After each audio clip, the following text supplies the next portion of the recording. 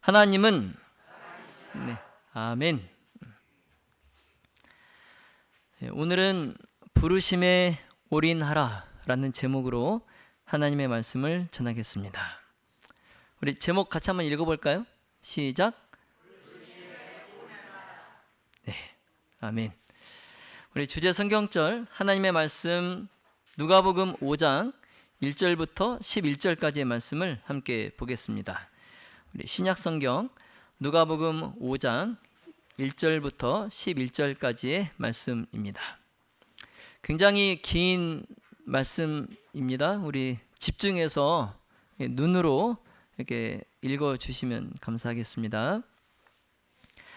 무리가 옹이하여 하나님의 말씀을 들을새 예수는 게네사렛 호숫가에 서서 호숫가에 두 배가 있는 것을 보시니 어부들은 배에서 나와서 그물을 씻는지라. 예수께서 한 배에 오르시니 그 배는 시몬의 배라. 육지에서 조금 떼기를 청하시고 앉으사 배에서 무리를 가르치시더니 말씀을 마치시고 시몬에게 이르시되 깊은 데로 가서 그물을 내려 고기를 잡으라. 시몬이 대답하여 가로되 선생이여 우리들이 밤이 맞도록 수고를 하였으되 얻은 것이 없지만은 말씀에 의지하여 내가 그물을 내리리이다 하고 그리한즉 고기를 애운 것이 심이 많아 그물이 찢어지는지라. 이에 다른 배에 있는 동물을 손짓하여 와서 도와달라 하니 저희가 와서 두 배의 채움에 잠기게 되었더라. 시몬 베드로가 이를 보고 예수의 무릎 아래 엎드려 가로되 주여 나를 떠나소서 나는 죄인이로소이다 하니 이는 자기와 및 함께 있는 모든 사람이 고기 잡힌 것을 인하여 놀라고 세베대의 아들로서 시몬의 동업자인 야고보와 요한도 놀랐음이라. 예수께서 시몬에게 일러 가라사대 무서워 말라. 이제 후로는 네가 사람을 취하리라 하시니 저희가 배들을 육지에 대고 모든 것을 버려두고 예수를 쫓으니라. 아멘. 저희가 배들을 육지에 대고 모든 것을 버려두고 예수를 쫓으니라. 아멘. 갈릴리 바다에 날이 새고 있었습니다. 수학 없는 수고의 밤으로 피곤해진 제자들이 아직도 그들의 어선을 호수에 띄우고 있었어요.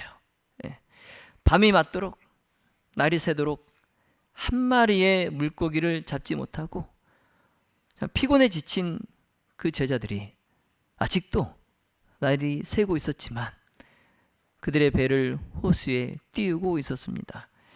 그때 예수님께서 조용한 시간을 보내시려고 물가로 오셨어요. 예수님께서 이 새벽 여명에 이 바닷가에 오신 것은 날마다 자기를 따르던 군중에게서 떠나서 잠시나마 쉬기를 원하셨기 때문에 이 이른 새벽에 한적한 이 바닷가를 찾으신 거예요. 그런데 그것도 소용이 없었어요. 그 시간에도 사람들이 예수님의 주위에 모여들기 시작합니다. 참 이런 열성이 있으면 좋겠습니다. 우리 교회도 이런 열성이 아직 해가 뜨지 않은 여명의 시간에 사람들이 예수님을 찾아서 이 바닷가로 모여드는 거예요. 사람들의 숫자가 급속히 늘어나기 시작합니다. 그래서 몰려든 사람들이 이제 예수님을 사방에서 압박을 하게 되니까 예수님이 이제 그 군중들에 밀려가지고 바다에 빠질 지경이 됐어요. 계속 밀려오는 군중들에 의해서. 그래서 예수님께서 그 군중이 밀려오는 것을 피하기 위해서 선택하신 것이 베드로의 배에 오르신 거예요. 예. 그리고 그 베드로에게 말씀하셔서 이 배를 해변의 바닷가에서 좀 멀리 밀어서 띄워놔라, 이렇게 말씀하십니다. 예. 그러면 사람들이 어떻게 할까요? 사람들이 거기까지는 따라오지 못하겠죠, 그렇죠? 바닷가에서 멀리 떨어져 있으면 사람들이 거기까지는 따라오지 못해. 그래서 이제 사람들이 더 이상 예수님께 가까이 따라오지 못하자 예수님께서 모든 사람에게 더 잘 보이고 더 잘 들릴 수 있는 그 바다 위의 배에서 이 물가에 있는 군중들을 가르치셨어요. 여러분, 이 광경을 한번 상상해 보세요. 지금 그 광경을 상상해서 화가가 그림으로 그려 놓았는데, 여러분, 하늘의 교사이신 예수님께서 이 어부의 배에 앉으셔서 그 잔잔한 파도에 좌우로 이렇게 흔들리시면서 물가로 밀려와서 그 말씀에 귀를 기울이는 그 군중에게 하늘의 구원의 좋은 소식을 선포하시고 계시는 그 광경, 여러분, 그 광경이 얼마나 아름답습니까? 해변에 모인 군중의 수가 이제 시시각각으로 늘어가고 있어요. 시간이 갈수록 더 많은 사람들이 모여드는 겁니다. 그래서 지팡이에 의지해서 오는 노인들, 그리고 언덕에서 그 물가로 내려오는 건강한 또 사람들, 그 바다에서 그들의 수고를 그치고 예수님께로 오는 어부들, 그리고 이곳 저곳에서 온 상인과 랍비, 그리고 부자와 또 학자들, 그리고 노인과 젊은이들을 막론하고 모든 사람들이 예수님께 그 말씀을 들으려고 모여듭니다. 그런데 예수님께서 바닷가에서 설교를 마치셨을 때에 이 베드로는 낙심해 있었어요. 예수님께서 설교를 마치시고 베드로를 딱 보니까 베드로가 낙심해 있는 거예요. 왜 그랬을까요? 베드로가 왜 낙심해 있었을까요? 지난 밤에 날이 새도록 고기를 한 마리도 잡지 못했어요. 그 갈릴리 바다에서 그물로 이 고기를 잡기에는 밤이 가장 좋은 시간이었습니다. 그래서 이 베드로가 배를 몰고 밤에 고기가 가장 잘 잡히는 시간에 밤에 고기를 잡기 위하여 바다에 왔지만 날이 새도록 한 마리도 잡지 못했어요. 그래서 예수님께서 그 낙심에 있는 베드로를 보시고 배를 바다 쪽으로 더 띄워서 깊은 곳에 그물을 던져봐라 말씀하시는 거예요. 그러나 그 시간은 이제 물고기가 잘 잡히는 밤도 아니고 그 환한 이제 낮에 이 그물을 던진다는 것은 베드로가 생각할 때는 아무 소용이 없는 거였어요. 여러분, 베드로는 바닷가 태생이에요. 바닷가 태생입니다. 어려서부터 고기잡이로 잔뼈가 굵은 전문 어부였어요. 반면에 예수님은 목수였어요. 그리고 바닷가에서 살지 않으셨어요. 어려서부터 목수로 일을 해 오셨던 분입니다. 한 번도 그물을 던져본 적이 없으세요. 자, 그런데 그 목수 출신의 아마추어 예수님께서 전문 어부인 프로인 베드로에게 깊은 곳으로 가서 그물을 던져, 그래서 고기를 잡아보라는 거예요.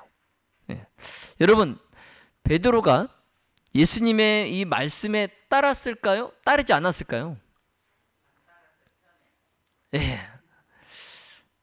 저라도 안 따랐을 것 같습니다. 예. 저라도 그 예수님의 말씀에 따르지 않았을 거예요. 예. 그물을 던지려면 또 그물을 정리해야 되잖아요. 그렇죠? 예. 이제 날이 새서 이제 고기 잡는 것을 포기하고 그물을 정리해 놨는데 다시 그물을 던지라는데 물고기가 잡히면 모르겠지만 던져봤자 한 마리도 잡히지 않을 걸 뻔히 알면서 그 정리해 놓은 그물을 던질 수가 없겠죠. 예. 그러면 또 그 빈 그물을 걷어 올려서 다시 또 애써서 또 정리해야 되잖아요. 지금 피곤해 죽겠는데 예수님의 말씀에 따를 이유가 없죠. 예. 뭐 전문가가 하는 얘기도 아니고 예. 그물을 한 번도 던져본 적이 없는 예수님께서 그리 말씀하시니까. 자, 그런데 베드로는 다른 사람이 아닌 예수님께서 말씀하셨기 때문에 예수님을 신뢰하는 그 마음으로 순종하여서 더 깊은 곳에 그물을 던졌다는 거예요. 여러분, 대단한 믿음입니까? 대단한 믿음이에요? 참. 야, 고기잡이를 한 번도 해보시지 않은 아마추어 그 예수님이 말씀하셨지만 예수님께서 말씀하셨기 때문에 그 예수님을 신뢰하는 마음으로 순종하여서 깊은 곳에 그물을 던진 거예요. 마치 가나의 혼인잔치에서 물 항아리에 물을 떠다가 연회장에게 갖다 주라 하셨을 때 그 하인이 그 항아리에 물을 보니까 아직도 물이에요. 포도즙으로 변하지 않았어요. 그런데 예수님께서 말씀하셨기 때문에 예수님의 말씀을 믿고 순종하여서 그 항아리에 물을 떠서 연회장에게 갖다 줘서 연회장에게 따랐을 때 그때 포도즙으로 변하는 거예요. 네. 베드로가 아마 그때 그 경험을 봤나? 그 경험을 살려서 그렇게 했나 모르겠어요. 그런데 예수님의 말씀에 일단은 믿고 의지해서 순종하는 마음으로 그물을 던졌다는 거죠. 그래서 그의 형제 안드레와 함께 그물을 다시 던졌습니다. 그리고 그 그물을 끌어올리려고 하는데 여러분 물고기가 잡혔을까요? 잡히지 않았을까요? 네? 우리 물고기를 한 번도 잡아보지 않았을 것 같은 우리 정희선 성도님, 그물에 물고기가 많이 잡혔을까요? 안 잡혔을까요? 대단한 믿음입니다. 잡혔을 것 같아요. 예. 엄청나게 많은 물고기가 잡혔어요. 예. 지금 물고기가 너무 많아가지고 제가 이 그림이 아직 다 가져오지 못했는데 지금 이 밑으로 지금 물고기가 어마어마하게 잡혔어요. 예. 물고기가 너무 많아서 그물이 찢어질 정도로. 그래서 할 수 없이 이제 옆에 있는 배에게 야곱과 요한에게 도와달라고 했죠. 그래서 그들이 그때 잡아들인 것을 그들이 거뒀을 때 두 배에 물고기가 너무 많이 실려가지고 배가 잠길 정도였어요. 물고기가 너무 많이 잡혀가지고 배가 잠길 정도였어요. 여러분 베드로가 어땠을까요? 기뻤을까요? 낙심했던 베드로가 기뻤을까요? 예? 아마 로또 1등에 당첨된 것처럼 기뻤을 겁니다. 그렇죠? 예. 그런데 베드로는 이제 그 배와 그 배에 가득 실린 이 물고기에는 관심이 없어요. 누구에게 관심이 있을까요? 예, 예수님에게 관심이 있어요. 왜냐하면 자기가 이제까지 목격한 그 다른 어떤 이적들보다도 이 이적이 그에게는 하늘의 능력의 나타남 그 자체였어요. 예, 그가 봤던 이적보다도 이날 이 물고기를 잡은 이 이적이 정말 하늘의 능력의 나타남이었어요. 예. 그래서 베드로가 지금 예수님에게서 만물을 지배하고 계시는 분을 보았습니다. 예수님에게서. 예. 창조주의 능력을 보았어요. 그리고 그때 신성의 임재하심이 자신의 부정함을 드러냅니다. 예수님의 그 신성의 임재하심이 베드로 자신의 그 부정함을 드러내요. 그래서 그분에 대한 사랑, 그리고 자신의 그 불신에 대한 수치, 그리고 그리스도의 겸비에 대한 감사, 그러나 무엇보다도 무한히 순결하신 그분 앞에서 자기는 깨끗이 못하다는 그 느낌, 그것이 그를 압도했어요. 네. 그래서 이 신성하신 예수님 앞에서 자기는 깨끗이 못하다는 죄인, 그 죄인이란 그 느낌에 압도당해서 그의 동료들이 그물 속에 잡힌 물고기를 걷어들이고 있는 동안에 베드로는 예수님의 발 아래 엎드려요. 예수님의 발 아래 엎드려서 주여 나를 떠나소서 나는 죄인이로소이다 부르짖어요. 예. 나는 죄인이로소이다. 여러분 누가 한 말이죠? 누가 한 말이에요? 예, 베드로가 한 말이지만 또 누가 이 말을 했습니까? 성전에서 기도할 때 예? 세리 예, 세리가 그 바리새인은 이렇게 손을 하늘로 치켜 들고 그렇게 막 기도를 할 때에 이 세리는 고개를 감히 들지도 못하고 나는 죄인으로소이다 이렇게 기도했죠.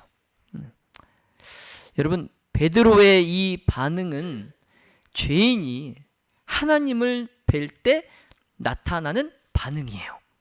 뭐라고요? 죄인이 누구를 뵐 때? 하나님을 뵐 때 나타나는 반응이에요. 선지자 다니엘이 하나님의 보내신 천사 앞에서 마치 죽은 자처럼 쓰러지게 된 것도 바로 이 거룩하신 하나님의 임재 때문이었어요. 다니엘은 다니엘서 10장 8절에 나의 아름다운 빛이 변하여 썩은 듯 하였고 나의 힘이 다 없어졌다라고 말했어요. 이 말이 무슨 말입니까? 내가 지금 어떻게 되었다는 거예요? 여러분 낯빛이 썩고 힘이 없는 건 어떤 사람이에요? 살아있는 사람이에요? 죽은 사람이에요? 지금 자기가 죽어 있는 사람 같다는 거죠. 그래서 다니엘과 같이 이사야도 하나님의 영광을 쳐다보고 이렇게 부르짖었어요. 이사야 6장 5절에 화로다 나여 망하게 되었도다. 나는 입술이 부정한 사람이요 입술이 부정한 백성 중에 거하면서 만군의 여호와이신 왕을 배웠음이로다. 참 이와 같이 결함을 갖고 또 죄를 갖고 있는 베드로가 신성의 완전하심과 자신이 대조가 되어서 드러났을 때에 그는 전적으로 자신이 부족하고 부정하다는 것을 느꼈어요. 그래서 그가 예수님의 발 아래 엎드려서 나를 떠나소서 나는 죄인이로소이다 부르짖었던 겁니다. 그러나 베드로는 정작 말은 그렇게 하지만 예수님에게서 떠날 수 없었어요. 예수님에게서 떠날 수 없었어요. 그래서 그가 예수님의 발에 매달린 거예요. 말은 그렇게 하지만 그런 예수님에게서 떠날 수 없어서 그가 예수님 발 아래 매달린 겁니다. 여러분 내 자신을 그 예수님께 비춰보았을 때에 베드로처럼 또 다니엘처럼 또 이사야처럼 내가 부정하고 죄인임을 깨닫게 되시기를 바랍니다. 그래서 이 베드로처럼 예수님의 발에 매달려서 그 주님께서 나를 구원해 주시기를 간절히 바라시기를 바랍니다. 예수님은 그런 베드로를 향하여 무서워 말라, 두려워 말라. 이제 후로는 네가 사람을 취하리라 라고 대답하십니다. 여러분 여기서 우리가 집중해서 볼 것이 있어요. 자, 그것은 베드로가 그리스도를 위한 그분의 사업에 부르심을 받은 것은 자기를 버리고 하늘의 능력에 의지한 후였다는 것입니다. 예, 다시요. 자, 베드로가 그리스도를 위한 그분의 사업에 부르심을 받은 것은, 그러니까 베드로가 예수님으로부터 제자로 부르심을 받은 것은 자기를 버리고 자아를 버리고 자아를 포기하고 자기의 희망을 버리고 하늘의 능력에 의지한 후였다는 거예요. 네, 여러분 꼭 기억하시기 바랍니다. 네. 자, 그리고 중요한 것은 베드로의 이 경험이 있기 전까지는 예수님의 제자 중에 아무도 예수님의 동역자로서 예수님과 온전히 연합한 자가 없었다는 사실이에요.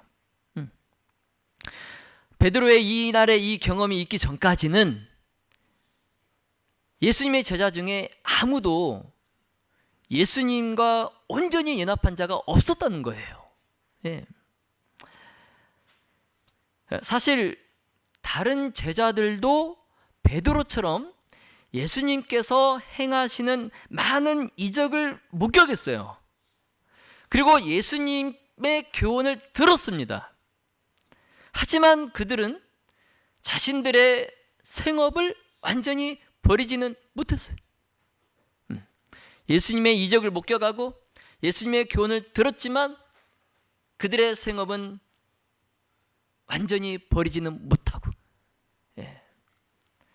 그래서 한 발은 예수님께 놓고 한 발은 세상에 놨어요.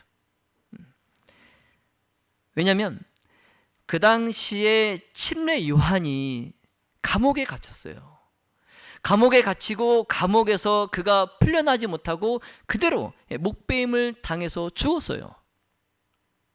그런데 그 사건이 예수님의 그 다른 제자들에게는 매우 쓰라린 실망으로 다가왔어요. 매우 쓰라린 실망으로. 예수님에게 올인하는 것이 그 결과가 이거냐라는 거죠. 침례 요한이 예수님을 위해서 올인했는데 그 결과가 이거냐라는 거죠. 그래서 그들이 생각할 때에 만일 침례 요한의 전도의 그 결과가 이와 같은 이런 비참함이라면 차라리 지금 이스라엘의 모든 종교 지도자들이 연합해서 예수님을 대적하고 있는데 그 예수님에게 내 소망을 걸 수가 없다는 겁니다.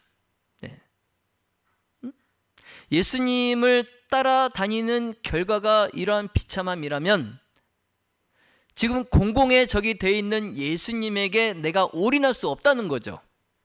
여러분, 현실적인 생각입니까? 현실적인 생각이죠. 맞죠? 맞잖아요. 그런 예수님께 올인할 수 있겠습니까? 얻는 건 아무것도 없는데.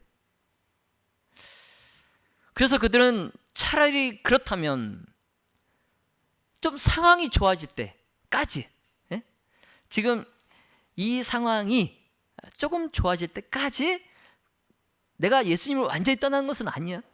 그냥 잠깐 예수님을 떠나서 내 본업으로 돌아가서 바다로 돌아가서 물고기를 잡는 것, 그것이 훨씬 낫겠다 이렇게 생각을 한 겁니다.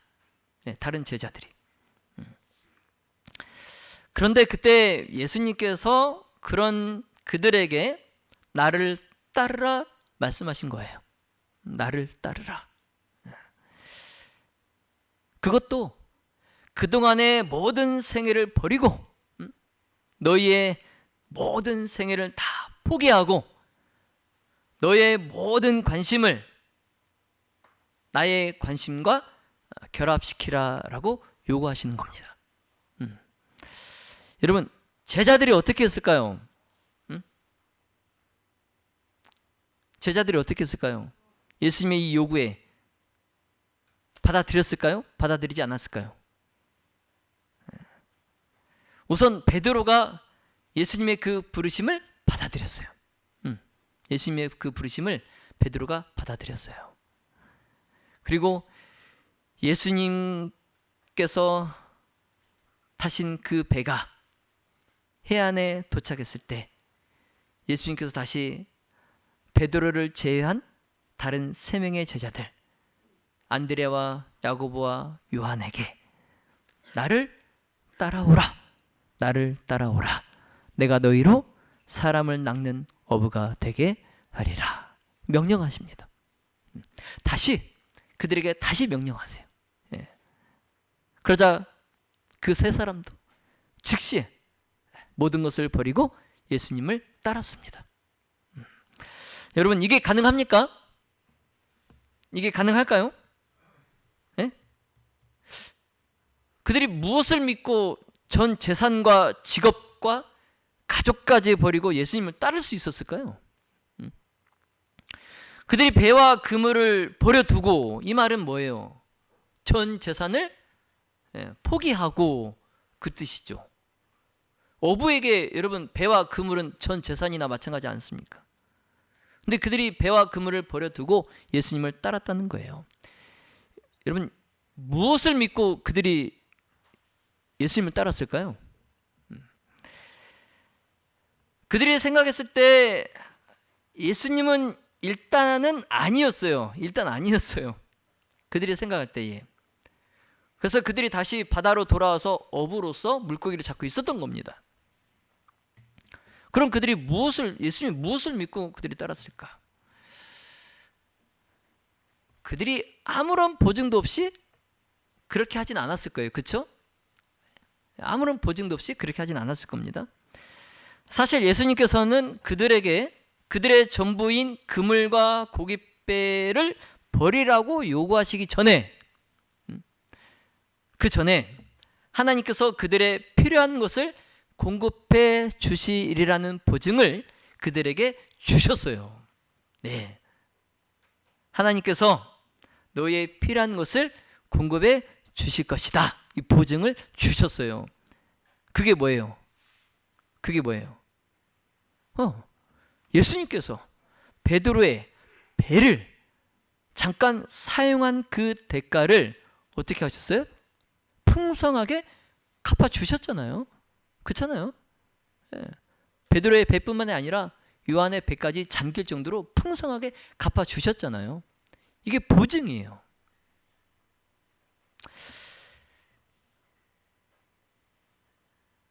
저를 부르는 모든 사람에게 부여하신 그 분께서 주라, 그리하면 너희에게 줄 것이니 곧 후히 되어 누르고 흔들어도 넘치도록 하시겠다라고 보증하십니다. 여러분, 네. 여러분 믿습니까? 아멘. 네. 예수님께서 이런 방법으로 제자들의 봉사에 보상하셨어요. 네. 그러므로 우리도 예수님의 요구에 응하면 예수님께서 이렇게 우리의 봉사에 보상해 주실 것을 믿습니다. 자, 그러므로 하나님의 사업에 바쳐진 모든 희생은 그 은혜의 지극히 풍성함을 따라서 보상될 겁니다. 네. 자, 제자들이 예수님에게서 떠났던 그 바다에서의 그 슬픈 밤에 그들은 불신에 억눌려 있었고 또 결과가 없는 수고로 피곤하여 있었어요. 여러분 잘 생각해 보세요. 그들이 판단하에 아직은 때가 아니다 생각하고 상황이 조금 더 좋아지면 예수님을 따라야 되겠다 생각하고 예수님을 떠나서 바다에 있었을 때에 그 밤은 슬픔의 밤이었어요. 그리고 불신이 그들을 무겁게 억눌렀어요. 그리고 결과가 없는 수고로 피곤한 밤이었어요. 여러분, 우리도 예수님을 떠나면 이렇게 될 것입니다. 네. 아무것도 없는 것 없이 수고로 지친 하루하루를 살게 될 거예요. 예. 그러나 예수님의 임재하심이 그들의 꺼져가는 신앙의 불을 지펴주고 그들에게 기쁨과 성공을 가져다 주었습니다. 예. 그들을 예수님께서 자신을 떠나 있던 그들에게 찾아가셨어요. 예.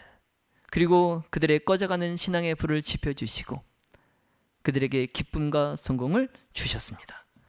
자, 믿음의 모든 가족 여러분, 이것은 우리에게 있어서도 마찬가지입니다. 우리에게 있어서도 그리스도를 떠나서는 우리의 사업은 열매를 거두지 못하고 불신하고 불평하기가 쉬워요.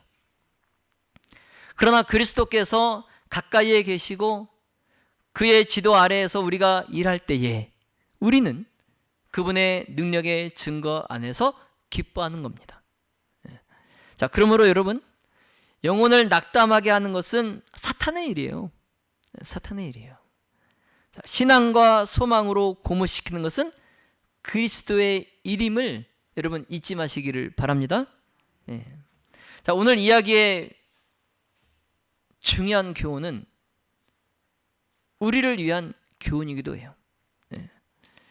예수님께서 부르신 그들은 미천하고 배우지 못한 갈릴리의 어부들이었어요. 그런데 세상의 빛 대신 예수님께서 미천한 배우지 못한 그들을 택하여서 당신이 그들을 부르신 그들의 그 지위에 합당하게 하실 수 있으셨어요. 네. 자격이 되지 않고 부족하지만 예수님께서 그들을 부르셨기 때문에 그들을 합당하게 하실 수 있으셨어요. 자, 예수님께서는 오늘날에도 당신의 그 은혜를 전달하는데 막힘이 없는 통로가 될 자들의 협력을 구하십니다. 베드로를 부르신 그 예수님께서 2025년 내년에 모든 교회를 위해서 봉사할 당신의 동역자로, 장로로, 또 집사로, 또 교회의 직원으로 여러분을 부르셨습니다. 자, 이 부르심을 여러분 베드로처럼 받아들이시기를 간절히 바랍니다. 자, 우리는 흔히 중요한 일을 맡길 사람을 선택할 때 그 사람의 학벌이나 능력, 경력 이런 것들을 고려해요. 그러나 예수님께서 제자를 선택하실 때는 이와 전혀 다른 기준을 따르십니다. 이와 전혀 다른 기준. 그래서 시몬 베드로와 그의 동료들은 어부로서 사회적으로나 교육적으로 특별히 뛰어나지 않은 사람들이었어요. 베드로와 다른 어부들은 완벽한 사람들이 아니었어요. 허점투성이고 부족한 것 투성이었어요. 그러나 예수님은 그들의 가능성을 보셨습니다. 그들은 갈릴리 바다의 평범한 어부였지만 예수님은 그들을 통해서 세상을 변화시킬 사역을 계획하셨습니다. 여러분, 하나님께서는 완벽한 사람을 부르시는 것이 아니라 부르심을 통해 그 사람을 변화시키시고 사용하십니다. 여러분, 아멘입니까? 아멘. 예수님은 자신의 사역을 통해서 세상의 지혜와 힘이 아닌 하나님의 능력과 은혜로 일하심을 보여주시고자 하시요. 여러분, 베드로는 자신의 경험과 지식으로는 이해할 수 없는 그 상황에서도 예수님의 말씀에 순종했어요. 이와 같이 우리 또한 하나님의 부르심에 반응할 때에 우리의 계산과 이해를 초월한 믿음의 결단이 필요합니다. 자, 밤새도록 아무것도 잡지 못했던 그 베드로, 그가 예수님의 말씀에 순종하여 그물을 던졌을 때에 엄청난 고기를 잡는 그 기적을 그가 체험합니다. 이것은 하나님의 은혜와 능력이 우리의 노력과 경험을 초월하는 것을 보여줍니다. 자, 그러므로 우리도 삶에서 하나님의 일하심을 기대하고 우리가 믿음으로 나아갈 때에 놀라운 은혜를 체험할 수 있어요. 자, 제자들이 예수님께서 주시는 교훈을 받고 또 그들이 예수님께 훈련을 받고 나올 때에는 그들은 더 이상 무식하지도 않고 교양이 없지도 않았어요. 네. 그들의 마음과 품성은 그리스도를 닮았어요. 그래서 사람들이 뭐라고 했습니까? 제자들이 예수님과 함께 있었다라는 것을 알게 됩니다. 예. 자, 여러분, 그리스도를 가장 사랑하는 자는 가장 많은 봉사를 할 겁니다. 예. 뭐라고요? 예. 그리스도를 가장 사랑하는 자는 가장 많은 봉사를 할 것입니다. 예. 자, 우리가 불평이나 또 도중에 쓰러짐이 없이 필요한 훈련을 견디고 내 자아를 물리치고 자기의 마음에 성령께서 역사하실 그 여지를 만들고 하나님을 위하여 내가 전적으로 헌신한 그 생애를 산다면 하늘의 축복이 제한 없이 그물이 찢어질 정도로 부어주실 줄로 믿습니다. 예. 자, 이제 말씀을 정리하겠습니다. 자, 오늘 이 이야기는 예수님의 제자 부르심이 단순한 직업적 전환이 아니라 삶의 목적과 방향을 완전히 새롭게 하는 그 사건임을 가르쳐 줍니다. 자, 또한 예수님은 세상이 무시하는 평범한 그 사람들을 통해서 하나님의 위대한 일을 이루신다는 것을 보여줍니다. 자, 하나님께서는 사람들을 있는 그대로 취하셔서 그들이 하나님께 자신을 바칠 때에 당신의 사업을 위하여 그들을 교육하십니다. 자, 그러므로 우리는 예수님의 부르심에 겸손과 순종으로 응답함으로써 하나님 나라의 사역에 동참할 수 있어요. 제가 교과 공부 시간에 내년에 집사 안수를 받게 되실 우리 나승균 성도님, 또 우리 남태권 성도님, 또 우리 임신미 성도님, 이 세 분과 함께 집사 교육을 했습니다. 네. 그런데 세 분이 다 똑같이 저는 부족합니다. 저는 자격이 없습니다. 저는 못합니다. 다 그런 말씀을 하세요. 자, 그러나 오늘 하나님께서 들려주신 이 말씀을 통해서 용기를 얻으시기를 바랍니다. 네.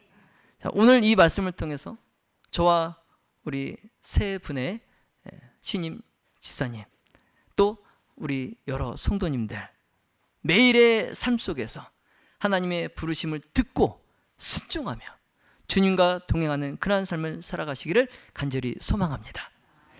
자, 믿음의 모든 가족 여러분, 자, 바라기는 우리 모두가 2025년 새해에도 끊임없는 헌신으로 예수님과 매우 밀접한 관계를 확립시켜서 그리스도인으로서 마음과 품성에 예수님을 닮아가게 되기를 예수님의 이름으로 축원하며 말씀을 마치겠습니다.